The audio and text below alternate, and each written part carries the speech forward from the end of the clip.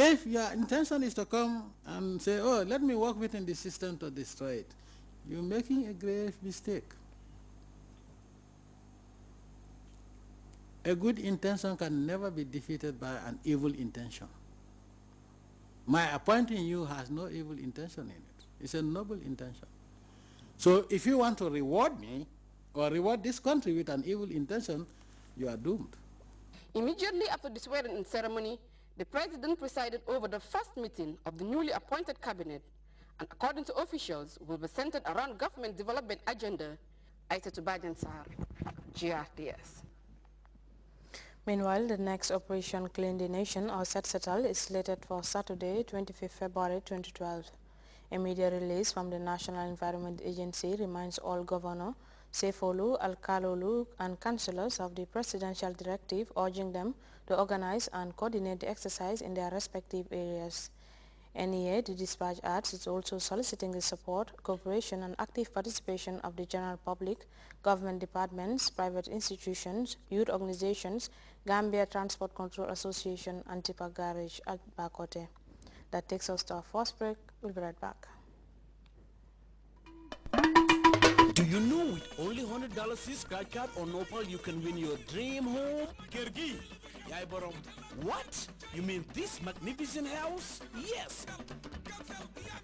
It's possible. Just load $100 scratch card or Nopal to win your dream home. Fully equipped furniture.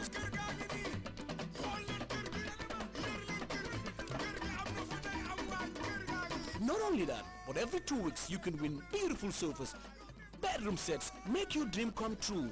Load $100 scratch card on Nopal, cause the more you load, the better your chances are. Kirgi, Yai Borom. It's only possible with your national GSM provider, Giamcell, Yai Borom. Welcome back. International condemnation has been swift and blunt following renewed bombing and shelling of the Syrian city homes, which led to the killing of respected American journalist Mary Colvin and her colleague. The United States government describes Syria's bombardment of homes as an act of shameless brutality. France, meanwhile, has called for an immediate cessation of all attacks on cities and towns by the Syrian army. We have details of that story in this report.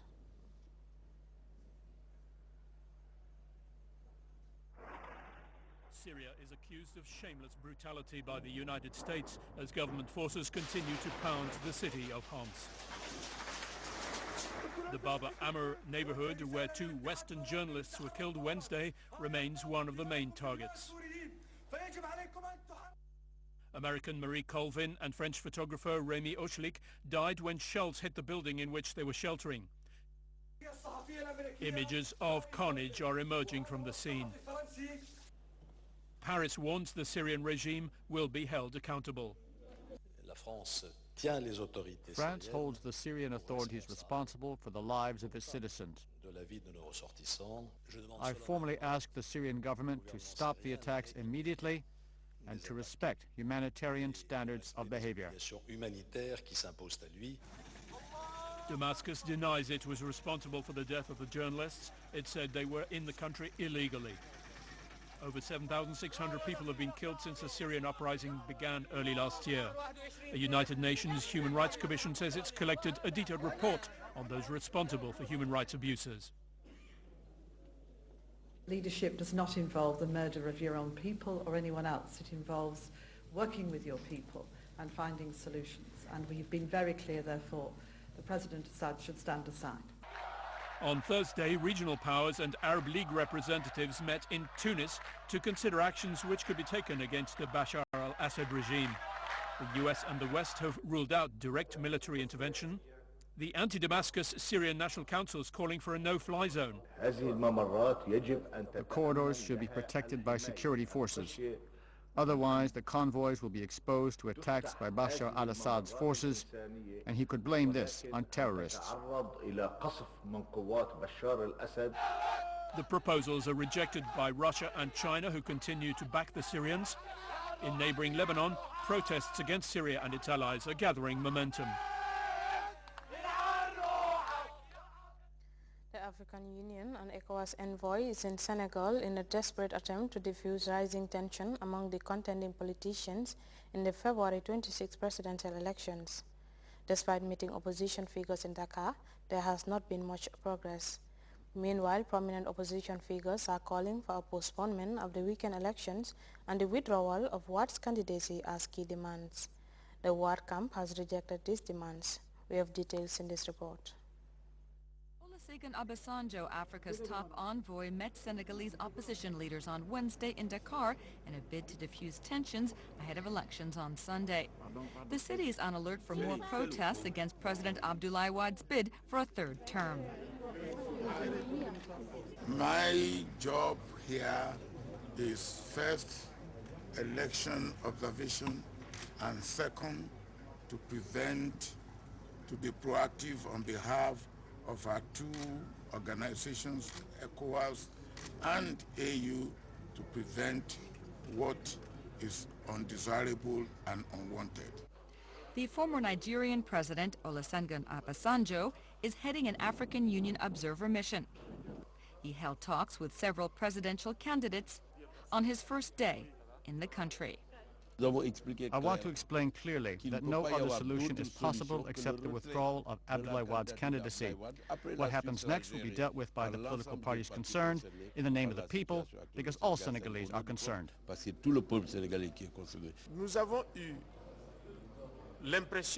We had the impression that we were heard because we said that the conditions for transparent and calm elections to occur in Senegal would not be met by February 26.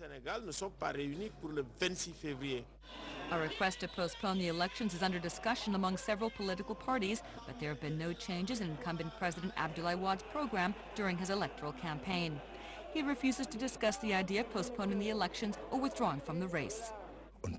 We cannot postpone the elections because that would mean that we don't have confidence in the Senegalese people. We cannot ask Abdoulaye Wade to pull out of the race either because it is a valid candidacy declared as such by the Constitutional Council. The electoral campaign for Sunday's presidential elections will end Friday night at midnight. It's now time for the weather report by the Central Forecast Office.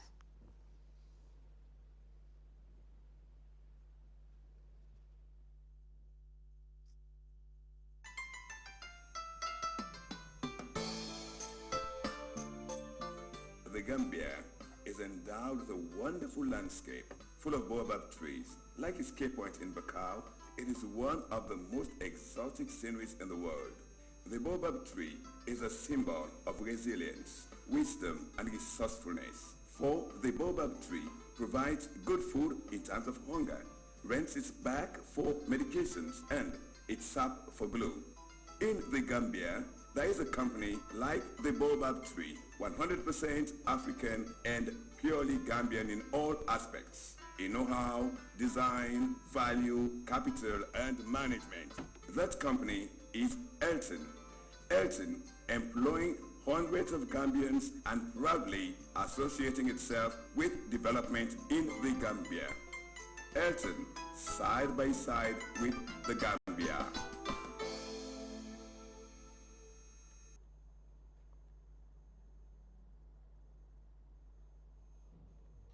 Good evening, dear viewers. Welcome to the weather segment. And from the Central Forecast Office, I am Hadijoy presenting. We first begin with the summary, followed by the forecast. It was sunny, warm and hazy in the afternoon over the entire country. And to know what prevailed over the rest of the continent, we propose a look at the image captured at 1700 hours, indicating the presence of convective clouds over southern Ghana, the central and the southern part of the continent. Elsewhere indicated clear skies and stable conditions over the period. For the forecast tonight, we'll be expecting a cool and dry atmosphere to prevail over the entire country onwards morning, whilst the day tomorrow will be warm, dry and hazy, especially in the afternoon over the entire country. Light to moderate northeasterlies will continue to flow across the country. And for the minimum temperatures, we'll be expecting 17 degrees Celsius over Banjul, Jundum, Janjambure, Basse and Fatoto. Kerawan will record 16 degrees Celsius, while Sibanol and Jinoy will record 14 degrees Celsius. Kawur and Sapo will record 13 and 15 degrees Celsius respectively. For the maximum temperatures, we'll be expecting 34 degrees Celsius over Banjul and Jundum, 35 over Sibanor, Kerewan, Jinoy and Kawur, while Sapo and the rest of the country